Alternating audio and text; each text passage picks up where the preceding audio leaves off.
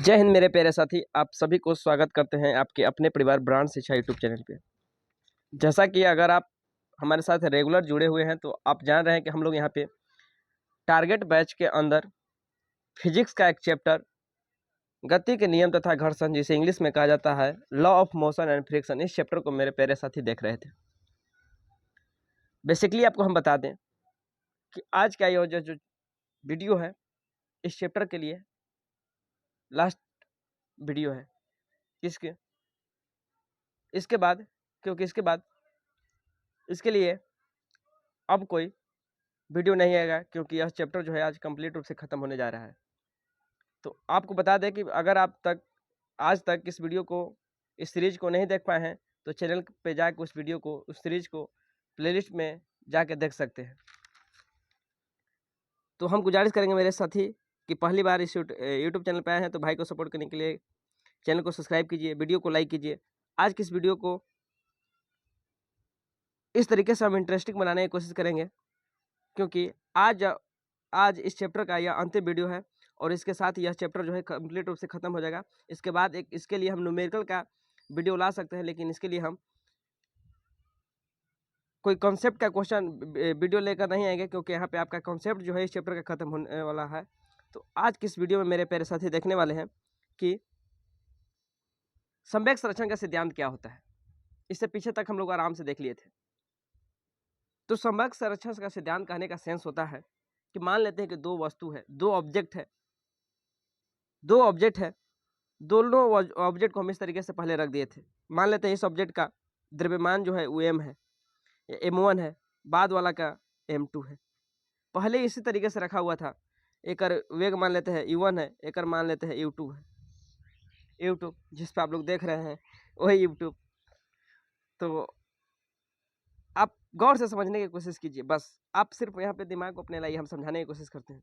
ऐसे ही रखल था, दोनों ऑब्जेक्ट m1 और m2 इस तरीके से अपन घूर्णन कर रहा था, रिवोल्यूशन कर रहा था, गोल गोल घूम रहा था, लेकिन दोनों को हम टक्कर दिवा दिए। दोनों का किए टक्कर दिवा दिए। तो दोनों जब वस्तु टक्कर किया तो टक्कर के बाद क्या हुआ कि दोनों वस्तु का जो वेग है, दोनों वेग आपस में कैसे बदला, अब गौर से समझिए। द्रव्यमान में तो कोई चेंजिंग नहीं होगा, यानी कि इसका द्रव्यमान पहले भी m था, बाद में भी m ही होगा। इसका द्रव्यमान पहले m2 था, बाद में भी m2 ही होगा। लेकिन इसका आप जानते हैं, पहले भी पढ़े हैं कि पहले के वेग को हम लोग u से सूचित करते हैं, बाद के वेग को हम लोग v से सूचित करते हैं। तो एक वेलोसिटी हो जाएगा v1 और इसका जो होगा वो v2 हो जाएगा। लेकिन कहने का बात सबसे मेन मुद्दा यही है कि पहले दोनों का, यानी पहले के द्रव्यमान पहले का वेग प्लस दूसरे द्रव्यमान और दूसरे का वेग को जोड़िएगा तो जो फाइनल आया, यानी जो बाद में आया, दोनों का वेग यानी द्रव्यमान और वेग को जोड़िए, गुना करके जोड़िएगा, प्लस m2 और v2 को गुना करके जोड़िएगा। तो यहाँ पे इस बात को आप गौर से समझिए कि सब के सब फिक्स रहता है, यानी कि बराबर होता है, चेंज नहीं होता है। कहने का सेंस है मेरे प्यारे साथी कि संवेग संरक्षण के सिद्धांत कहता है कि अगर कोई वस्तु का द्रव्यमान और वेग जो पहले है टक्कर के बाद भी बराबर ही होगा, यानी कि उसमें किसी प्रकार का कोई एक्स्ट्रा चेंज, अतिरिक्त चेंज, अलग से बदलाव नहीं होगा। संवेग संरक्षण के सिद्धांत के अनुसार कहता है कि टक्कर के पहले का संवेग, यानी कि संवेग बराबर, आप जानते हैं कि संवेग का फॉर्मूला आपको पीछे बताया है कि P और m भी होता है, यानी कि द्रव्यमान गुना वेग होता है। क्या होता है मेरे साथी? P बराबर होता है m इंटू v, यानी कि पहले का जो होगा मास और वेलोसिटी, बाद में टक्कर के बाद भी चेंज नहीं होगा, यानी कि वह भी इक्वल होगा। यानी टक्कर के बाद, यानी कोलैप्स के बाद भी उसमें दोनों का गुणनफल है समान बराबर ही होगा। गुणनफल सिर्फ m और u का बात नहीं कर रहा है, गुणनफल यानी m और v यानी संवेग बराबर होगा। कैसे? आप यहाँ पे गौर से समझने की कोशिश कीजिए कि मान लेते हैं कि पहले एक वस्तु था जिसका द्रव्यमान m1 था, पहले एक और वस्तु था जिसका द्रव्यमान m2 था, एक का वेग u1 था और एक का वेग u2 था। गौर से समझिए, दोनों को आपस में देखिए यहाँ पे टकरा दिए। टकराने के बाद द्रव्यमान में तो कोई चेंजिंग नहीं होगा, इन द्रव्यमान सेम ही रहेगा, पहले वस्तु का m1 बाद वाला का m2। लेकिन वेलोसिटी में क्या हुआ कि एक v1 हो गया और इसका वेलोसिटी जो है v2 हो गया। आप जानते हैं कि हम लोग प्रारंभिक वेलोसिटी को, प्रारंभिक वेग को u से सूचित करते हैं और बाद वाले को हम लोग v से सूचित करते हैं। यानी कि m1 और m1 का गुना कीजिए और m2 और u2 को गुना करके जोड़िएगा, उसके बाद m1 और v1 को गुना करके और m2 और v2 को गुना करके दोनों को आपस में जोड़िएगा, तो यह कांस्टेंट रहेगा, इसमें किसी प्रकार की कोई चेंजिंग नहीं होगा, यानी बराबर होगा, यानी इक्वल होगा। तो आप, आई होप कि आप समझे होंगे। कहने का सेंस एकदम सीधा सीधे ठेठ लैंग्वेज समझिए कि मास और वेलोसिटी को गुना कर करके जोड़िएगा तो दोनों कंडीशन में, यानी टक्कर के पहले और टक्कर के बाद दोनों बराबर होगा। सबसे की पॉइंट यही बताया। सबसे की पॉइंट क्या बताएं कि टक्कर के पहले m और v को गुना करके जोड़िए और टक्कर के बाद m और v को गुना करके जोड़िए, दोनों को दोनों बराबर होगा। इसमें न्यूमेरिकली कोई चेंजिंग नहीं आएगा। यानी न्यूमेरिकली कहे का सेंस होता है डिजिटली कहे का मतलब अगर पहले 20 था तो बाद में 20 होगा, कोई उसमें चेंजिंग नहीं होगा। तो आई होप कि आप इस बात को समझे हैं। न्यूमेरिकली कहने का मतलब डिजिटली कैलकुलेशन के तौर पे, यानी पहले जो न्यूमेरिकल का वैल्यू होगा न्यूमेरिकली पहले 20 होगा तो बाद में 20 ही होगा, पहले 10 होगा तो बाद में 10 होगा। आप इस बात को समझने की कोशिश कीजिए। यानी संवेग में किसी प्रकार की कोई चेंजिंग नहीं होगा आफ्टर टक्कर बिफोर टक्कर। ठीक, तो आई होप कि आप इस बात को समझ पाए होंगे। इसके बाद हम लोग मेरे दोस्त देखेंगे कि सबसे फाइनली हम लोग यहाँ पे गति के नियम के सारा बात को देख लिया। अब हम लोग यहाँ पे देख लेते हैं सबसे लास्ट घर्षण क्या होता है, क्योंकि यहाँ पे लास्ट में लिखा भी हुआ है घर्षण। तो सबसे पहले लास्ट में हम लोग यहाँ पे देख रहे हैं कि घर्षण क्या होता है, यानी फ्रिक्शन फोर्स क्या होता है। घर्षण बल को इंग्लिश में कहता है फ्रिक्शन फोर्स। फ्रिक्शन फोर्स होता क्या है, देखिए घर्षण बल है, आप फील किए हैं, हम बता रहे हैं, लेकिन आप जान रहे हैं न जान रहे ये तो बात का गारंटी नहीं है, लेकिन आपके साथ लगा है, इस बात को हम बता रहे हैं कैसे लगा है। आप चलते हैं समतल जगह पे तो आप फ्रिक्शन के कारण ही, यानी घर्षण के कारण ही, घर्षण जरूरी भी है।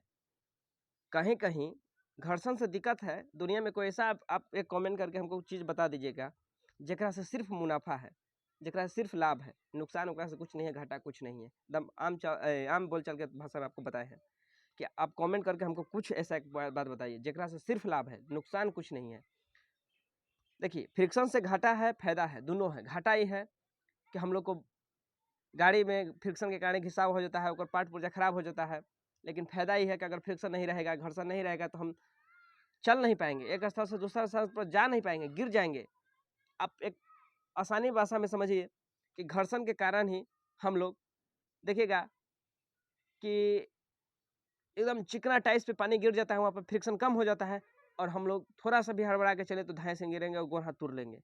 वहाँ पे क्या दिक्कत हुआ, फ्रिक्शन का दिक्कत हुआ। घर्षण वहाँ पे प्रेजेंट नहीं रहा, अब प्रेजेंट हो गया, अनुपस्थित हो गया, यानी कम हो गया। जितना फ्रिक्शन हमको चाहिए तो उतना फ्रिक्शन नहीं मिला, जितना हमको घर्षण चाहिए तो उतना घर्षण नहीं मिला, जिसके कारण हम लोग वहाँ पे गिर गए। तो फ्रिक्शन जरूरी है, बहुत काम के लिए जरूरी है। फ्रिक्शन है तो हम चल पा रहे हैं, फ्रिक्शन नहीं रहेगा तो हम नहीं चल पाएंगे। तो आपको बता दें कि फ्रिक्शन फोर्स आपके गति के सामने नहीं लगेगा, आपके विपरीत दिशा में लगेगा। जैसे आप साइकिल चलाते हैं, हवा आपका अगर चेहरा पे आ रहा है तो वहाँ पे हवा भी आपके साथ फ्रिक्शन का खेला खेल रहा है, आपको आगे नहीं बढ़ने दे रहा है, आपको धक्का देकर पीछे कर रहा है। तो फ्रिक्शन हर जगह लगता है, फ्रिक्शन हर जगह लगता है। फ्रिक्शन कहीं कहीं लाभदायक है तो कहीं कहीं हानिकारक है। फ्रिक्शन के कारण हमारे गाड़ी के पार्ट पुर्जा खराब हो जाता है, रोकता है, बड़ियारी जबरदस्ती चलता है तो घिसता है। तो कहने के सेंस है कि आप समझ पा रहे हैं कि जो घर्षण बल है क्या है। घर्षण बल कैसे लगता है, तो दो गो सतह के बीच में लगता है, आपके पैर का एक सतह और जमीन का एक सतह, दोनों सतह के बीच में ही लगेगा। मतलब खाली नहीं पता चलेगा कि फ्रिक्शन है या नहीं। आप किसी पत्थर को देख के बताइएगा कि इस पर फ्रिक्शन है या नहीं है, लेकिन उस पर आप चलिएगा तो आपके पैर के और उसके, यानी दोनों को सतह के सरफेस के कारण दोनों के बीच में फ्रिक्शन लगेगा। अगर फ्रिक्शन अच्छा खासा है तो आप चल पाइएगा, फ्रिक्शन कम है तो आप नहीं चल पाइएगा। जैसे बर्फ पे फ्रिक्शन कम हो जाता है, जिसके कारण बर्फीले क्षेत्र में बर्फों पर चलना मुश्किल होता है। तो आई होप कि आप इस बात को समझ पा रहे होंगे। इसके बाद है, आपको यहाँ पे एक इमेज दिखाई दे रहा है, घर्षण बल हमेशा गति के विपरीत दिशा में लगता है, इस बात को आप समझने की कोशिश कीजिए। उसके बाद घर्षण बल अभिलंब प्रतिक्रिया बल के समानुपाती होता है। घर्षण बल अभिलंब प्रतिक्रिया बल के समानुपाती होता है। यहाँ पे सबसे पहले इस बात को समझिए, घर्षण बल हमेशा गति के विपरीत दिशा में लगता है। आप इस बात को समझ पा रहे हैं। अगर आप चलते हैं पश्चिम की ओर तो घर्षण बल पूरब की ओर लगता है, यानी आपको अपोज करता है, यानी आपको रोकता है। तो आपको कब रोकेगा, जैसे कि आप दौड़ रहे हैं, उत्तर की ओर दौड़ रहे हैं, तो किसी वस्तु को, किसी व्यक्ति को आपको रोकना है तो किधर से बल लगेगा, उत्तरे दक्षिण में है, तो कहिए कि ना सर दक्षिण में है। यानी कि अगर आपको कोई भी व्यक्ति को रोकना है जिस दिशा में आप गति कर रहे हो विपरीत दिशा में उसको बल लगाना पड़ेगा। बस वैसे समझ लीजिए कि घर्षण बल आपको रोकने का काम करता है, इस चलते आपके विपरीत दिशा में लगता है, यानी आपके गति के विपरीत दिशा में काम करता है। घर्षण बल अभिलंब प्रतिक्रिया बल के समानुपाती होता है। यहाँ पे आप मान लेते हैं कि यहाँ पे कोई एक ब्लॉक रख दिए हैं, कोई वस्तु रख दी है जेकर द्रव्यमान m है, एक फ्रिक्शन फोर्स एफ आर लग रहा है और एक हमने फोर्स एफ लगा रहे हैं। यहाँ अभिलंब बल कार्य करता है जो कि आर जिससे सूचित की है, यानी अभिलंब प्रतिक्रिया बल आर जो होता है mg के बराबर होता है। यानी आज के बाद समझ लीजिए कि नीचे उतना ही फोर्स लगेगा जो अभिलंब प्रतिक्रिया बल होगा, और अभिलंब प्रतिक्रिया कितना होगा, मास इंटू ग्रेविटी, यानी जी आर इक्वल आर बराबर एम इंटू जी होगा। उसके बाद एक और देख लीजिए कि घर्षण बल अभिलंब प्रतिक्रिया बल के समानुपाती होता है। कहने का सेंस है अभिलंब प्रतिक्रिया बल यहाँ पे हम लोग आर को लिए हैं, तो यहाँ पे आप गौर से समझिए एक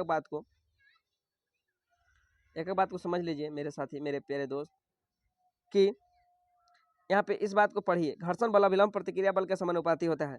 घर्षण बल को हम लोग एफ आर से सूचित किए हैं, अभिलंब प्रतिक्रिया बल को आर से, यानी f r is directly proportional to r. इस बात को आप देख पा रहे हैं। यहाँ पे लिखा है कि एफ आर घर्षण बल है। यहाँ से हम बार बार आपको बताए हैं कि समानुपाती के साइन को हटाने के लिए कुछ न कुछ होता है, क्योंकि हम समानुपाती है, स से समानुपाती, स से साली कहता है कि साली का हम साथ लेकर नहीं घूमेंगे, एक बदले हमारा आप कुछ दीजिए लेकिन एकरा को हटाइए। तो यहाँ पे समानुपाती के साइन को हटाने के लिए म्यू नियतांक आ जाता है।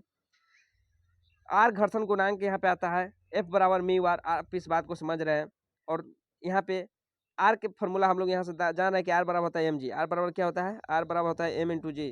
तो हम लोग रिप्लेस कर देंगे, एफ आर बराबर म्यू आर था, तो आर की जगह पे एम जी लिख देंगे, तो एफ बराबर म्यू एम जी, और जहाँ म्यू जो है tan थीटा के घर्षण कोण के बराबर होता है। यानी फाइनली आप याद रखिएगा एफ बराबर म्यू आर, एफ बराबर म्यू आर, एफ बराबर म्यू आर, या एफ यहाँ पे जो है फ्रिक्शन फोर्स है, एफ बराबर म्यू आर, और जो म्यू होता है वो tan थीटा के बराबर होता है। आई होप कि आप इस बात को समझे होंगे मेरे प्यारे साथी।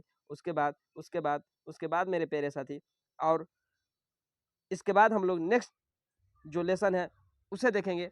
नेक्स्ट जो लेसन है मेरे प्यारे साथी, अगर आप सिलेबस देखे हैं तो ठीक है, नहीं तो इसके बाद हम लोग को अब देखना है शायद ग्रेविटी, यानी गुरुत्वाकर्षण, ग्रेविटेशनल फोर्स, यानी कि अब इसके बाद हम लोग देखेंगे गुरुत्वाकर्षण जो चैप्टर है उसे। तो आई होप कि आप इस बात को समझ पाए होंगे। इसके बाद 2-4 ऑब्जेक्टिव के लिए पॉइंट बता देते हैं, क्योंकि उससे क्वेश्चन हमेशा पूछते रहता है। सबसे पहला ऑब्जेक्टिव पॉइंट है कि घर्षण बल का महत्तम मान को चरम घर्षण बल कहा जाता है। इस बात को आपसे पूछेगा। उसके बाद पूछेगा कि चरम घर्षण बल से गतिज घर्षण बल कम होता है, यानी जब सबसे ज़्यादा चरम है तो गति जो से कम होगा। इसे तो आप जानिए कि सबसे ज़्यादा, देखिए घर्षण बल के महत्तम मान को हम लोग चरम कहते हैं, चरम पर पहुंच गया, अब एक ऊपर नहीं जाएगा, तो चरम से कम है ना गतिज होगा मेरे दोस्त। आई होप कि आप इस बात को समझ पाए होंगे कि चरम घर्षण बल से गतिज घर्षण बल कम होगा। प्रत्येक घर्षण बल स्पर्श में सतह के क्षेत्रफल से स्वतंत्र होता है। कितना एरिया पर लग रहा है इस बात पे डिपेंड नहीं करता है घर्षण बल, डिपेंड करता है कि किस घर्षण बल का सरफेस का प्रकृति कैसा है, रुखरा है या चिकना है, यानी खुरदरापन है या चिकना है, इस बात पे डिपेंड करता है। यानी घर्षण बल स्पर्श के प्रकृति पर निर्भर करता है, न कि क्षेत्रफल पर। इस बात को आप याद रखिएगा, क्योंकि इस पॉइंट से क्वेश्चन न जाने कितना बार कहाँ कहाँ पूछा है। इसके बाद मेरे प्यारे साथी, सर्पिक घर्षण से लौटनी घर्षण बहुत कम है। किसी वस्तु को सरकाना और लुढ़काना, आप खुद बताइए, किसी वस्तु को सरकाना है वो आसान है कि किसी वस्तु को लुढ़काना यानी ढुला देना आसान है। तो कहिए कि ढुला देना आसान है, ऊंचा पर से टेल दीजिए ढुल गया, लेकिन ऊंचा पर से सरकाना है तो आप ही सरक जाइएगा। तो आई होप कि आप इस बात को समझे हैं। गतिज घर्षण से लौटनी घर्षण बहुत कम है, यानी गति में गतिज घर्षण जो है लुढ़कना से भी बहुत कम है, माने गति और आसान है, लुढ़काना से भी, यानी किसी वस्तु को लुढ़काए ओकरा से बढ़िया गति ओकरा में आसान है। तो आई होप कि आप इस बात को समझेंगे। और यहाँ पे आपको हम धन्यवाद अदा करना चाहेंगे, क्योंकि आप मेरे साथ जुड़े हैं, और यहाँ पे फाइनली हम लोग इस चैप्टर को कंप्लीट कर दिए। इसके बाद हम लोग एक नया चैप्टर देखेंगे, जिस चैप्टर का नाम है मेरे फिर ऐसा थी ग्रेविटेशनल फोर्स, यानी गुरुत्वाकर्षण। तो आई होप कि आप यहाँ तक समझे होंगे मेरे बातों को। तो चलिए मिलते हैं नेक्स्ट वीडियो में। अगर आपको भाई को सपोर्ट करना है तो चैनल को सब्सक्राइब जरूर कीजिए, वीडियो को लाइक जरूर कीजिए। चलिए मिलते हैं नेक्स्ट वीडियो में, तब तक के लिए बाय, थैंक यू, जय हिंद मेरे प्यारे साथियों।